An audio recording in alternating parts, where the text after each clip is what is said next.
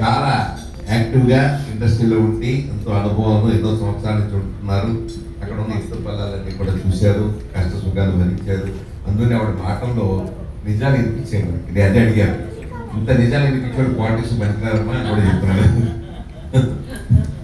Anyhow నాకు ఇందాక ఈయన చెప్పినప్పుడు దిలీప్ కుమార్ గారు చాలా వివరంగా నాకు నిజంగా చెప్పాలంటే మన భీమి గారు నాకు ఫోన్ చేసి మీరు రండి ఈ కార్యక్రమానికి అడిగారు. అడిగినప్పుడు వారికి మాకు చాలా స్నేహం, కుటుంబ బంధాలు ఉన్నాయి. ఏలూరులో జూట్ మిల్స్ తాలూకా రుజుగోపాల్ గారు చెప్పగానే ఏదో మంచి కార్యక్రమం ఉంటుందో లేకపోతే నన్ను పిలవలే అని చెప్పి ఓకే అని చెప్పేసాను. తర్వాత అసలు ఏంటో కూడా తెలియదు మాకు, అది ఏంటి దేనికి పిలిచిందని కూడా నాకు తెలియదు. ఏమంటే ఫిల్మ్ ప్రొడ్యూసర్ మీటింగ్ ఉందండి, మీకు ఖచ్చితంగా రావాలండి విజయవాడ. అలాగే నేను వస్తానని. ఆ తర్వాత నేను నా కాళ్ళ మీద ఎంక్వైరీ చేయడానికి ఏం తెలియదు, ఏదో అలాగే వెళ్దామని చూద్దామని అనుకుంటాను. ఇప్పుడు ఈ దిలీప్ గారు వివరంగా చెప్పిన తర్వాత నాకు అర్థమైంది ఏంటంటే it is going to be a big platform.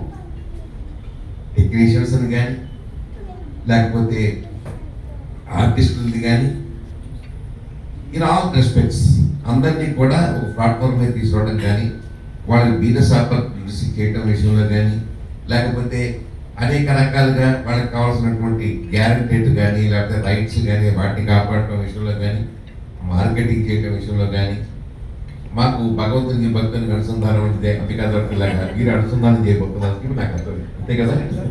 వీళ్ళందరినీ కూడా కలిపి ఒక ప్లాట్ఫామ్ మీదకి తీసుకొచ్చి ఈ ప్లాట్ఫామ్లో ఉన్న వాళ్ళకి కావాల్సినటువంటి ఆల్ రెస్పెక్ట్స్ వీళ్ళు సేవలు అందించడానికి సిద్ధంగా ఉన్నారని నాకు అర్థమైంది.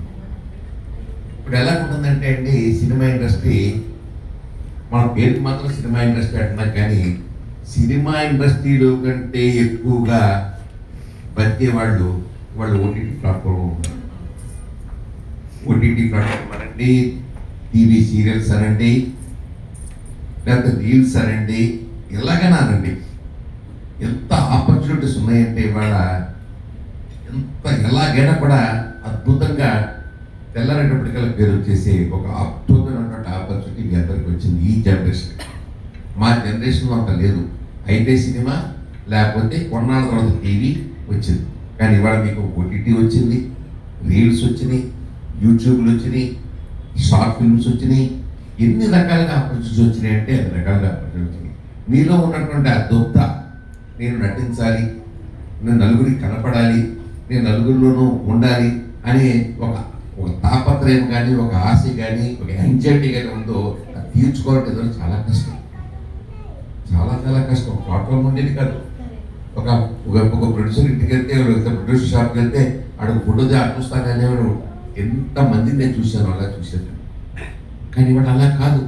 మీరు కనుక టాలెంట్ అంటూ ఉంటే అది ఎక్కడికైనా తీసుకెళ్ళిపోతుంది. విచిత్రం ఏంటంటే టాలెంట్ లేకపోయినా కూడా తీసుకెళ్ళిపోతుంది ఇవాళ యూట్యూబ్. టాలెంట్ ఉందో లేదో కూడా లేదు. ఆ పూసలమ్మాయి కుంభమేళాలో పూసలమ్మాయి దానికి కంటే దాని టాలెంట్ అనుకోవాలి. అదే ఆ అమ్మాయికి టాలెంట్ ఉందా లేదా అని కూడా తెలియదు. ఆ అమ్మాయి పూసలమ్మాయి అమ్మాయిని ఆడవాడు కెమెరా పెట్టాడు, ఆ కళ్ళు బాగున్నాయి అంటున్నారు, అంతే వెళ్ళిపోయింది. వాడు పెద్ద సినిమాలోకి వెళ్ళిపోయింది యాక్టర్స్. ఇద్దరికి ఈ ఆపర్చునిటీ ఉందా? ఒక 20 సంవత్సరాల క్రితం ఇంత అవకాశాలు లేవమ్మా. ఇది మీ అదృష్టం, మీ ఈ జనరేషన్ అదృష్టం. నిజంగా చెప్పాలంటే ఈ జనరేషన్లో మీరు టాలెంట్ చివరికి ఎలా తయారైపోయిందంటే ఈ రీల్స్ విషయంలో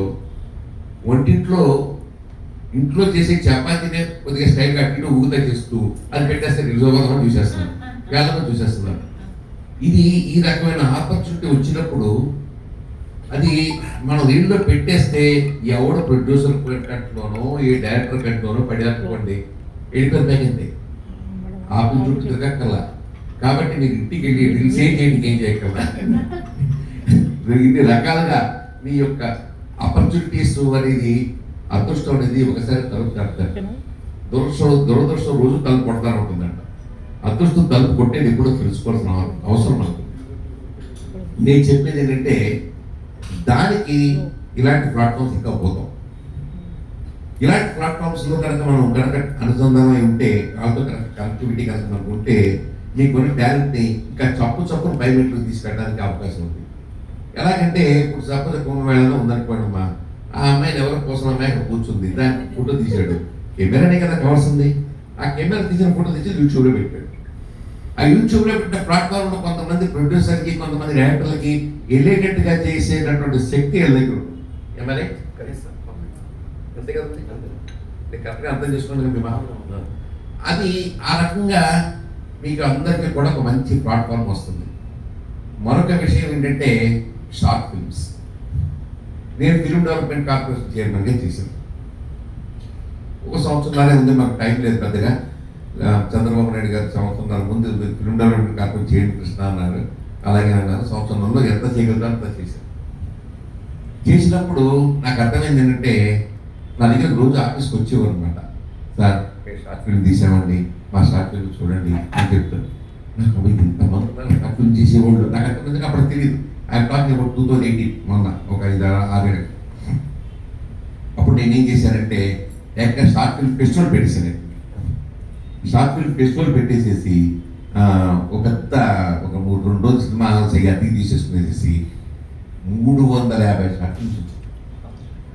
ఫస్ట్ ప్రైజ్ 50,000, సెకండ్ ప్రైజ్ 25,000 అలా ఇస్తే, అతని పేరేంటి మన ఈవి సెకండ్ గారి సినిమాలో ఇలా కామెడీ మోస్తారు ఆర్టిస్ట్ ఎల్బి శ్రీరాము, అతను కూడా ఒక షార్ట్ ఫిల్మ్ చేస్తుంటాడు.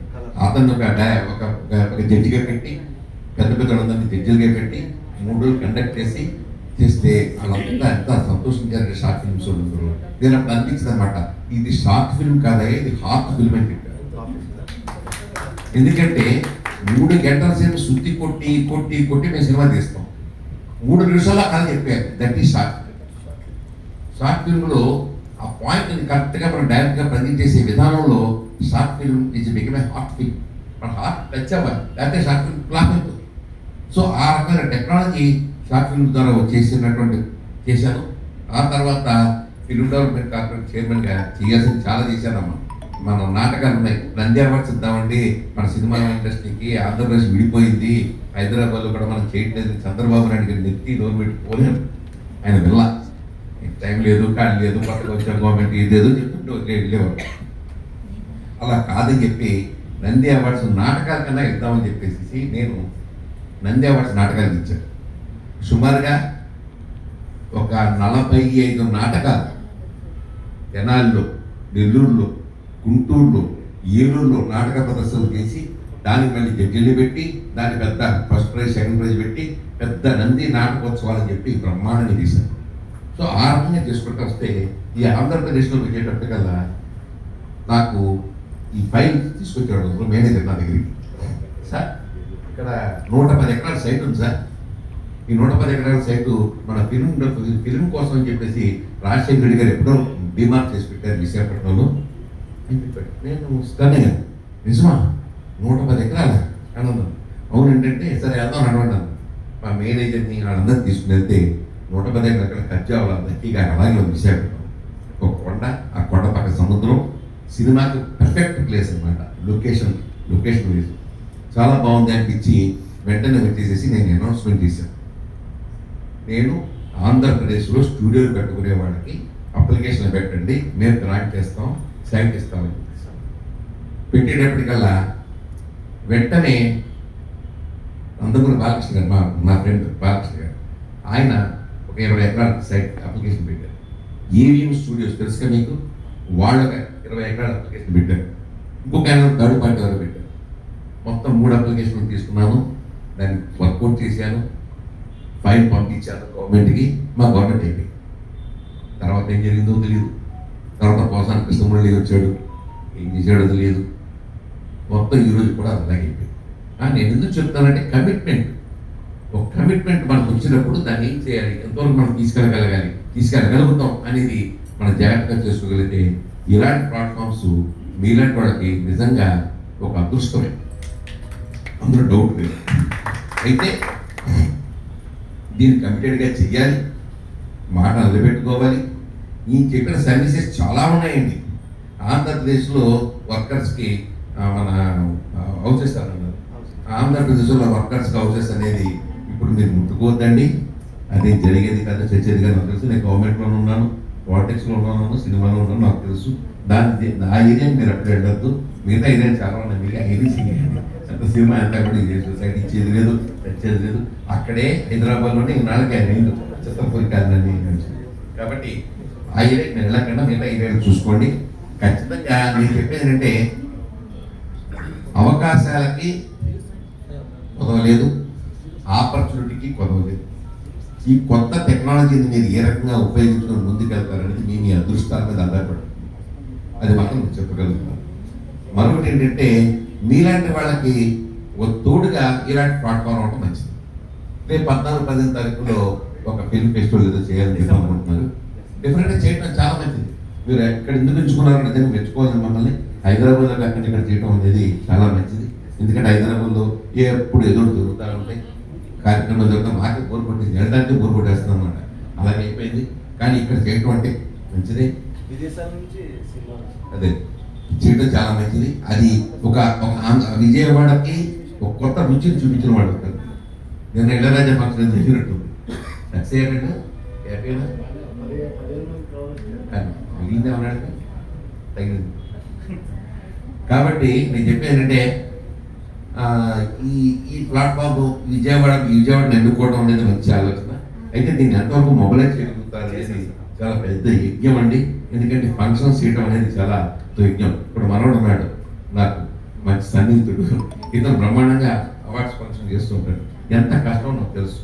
ఒక అవార్డ్ ఫంక్షన్ చేయాలంటే ముందు చేసేవాడు కాబట్టి అలా ఉండదు, అంత కష్టపడాలి. కాబట్టి కష్టపడండి, ఖచ్చితంగా చేయండి, సక్సెస్ అవ్వాలని చెప్పి నేను మనస్ఫూర్తిగా కోరుకుంటూ, ఇంకా రేపు జరగబోయే ఆ ఫిల్మ్ ఫెస్టివల్ కావాల్సినటువంటి అన్ని కార్యక్రమాలు చేయండి. ఇవాళ మా పద్మిని గారు ఇందాక చెప్పాను కదా, మీరు జబర్దస్త్లో చూసే మానస్ గారి అమ్మగారి వారం వస్తుంది జబర్దస్త్, తెలుసు కదా. దాంట్లో అమ్మగారు మీరు అబ్బాయి పెళ్ళికి కూడా నేను వెళ్ళాను. ఆ తర్వాత మొన్న ఫోన్ చేసి నాకు అబ్బాయి పుట్టాడండి రండి అంటే నేను రాలేకపోయాను, సారీ. కానీ మంచిగా ఈవిడికి నాకు చాలా సినిమా ఇండస్ట్రీలో చాలా పరిచయాలు, చాలా సంవత్సరాల నుంచి మేము ఏంటి చిన్న ఫంక్షన్స్కి వెళ్ళటం, కలిసిమెలిసి ఉంటాం. ఆ ఫిల్మ్ డెవలప్మెంట్ కాపీ చైర్మన్ అప్పుడు నాకు సన్మానం కూడా చేశారు. ఫిల్మ్ సార్ స్టూడియోస్లో చేశారు, చాలా సంతోషం.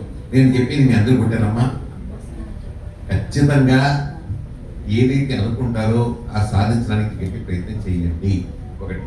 రెండో పాయింట్, మీలాంటి వాళ్ళని చేయందించడానికి ఇలాంటి ప్లాట్ఫామ్ పనికొస్తుంది. రెండో పాయింట్. మూడో పాయింట్ ఏంటంటే ఇక మీ అదృష్టాన్ని ఇచ్చింది ఏది లేదు. కాబట్టి అదృష్టం కలగాలంటే అవి కాదు తెప్పించింది. నమస్కారం.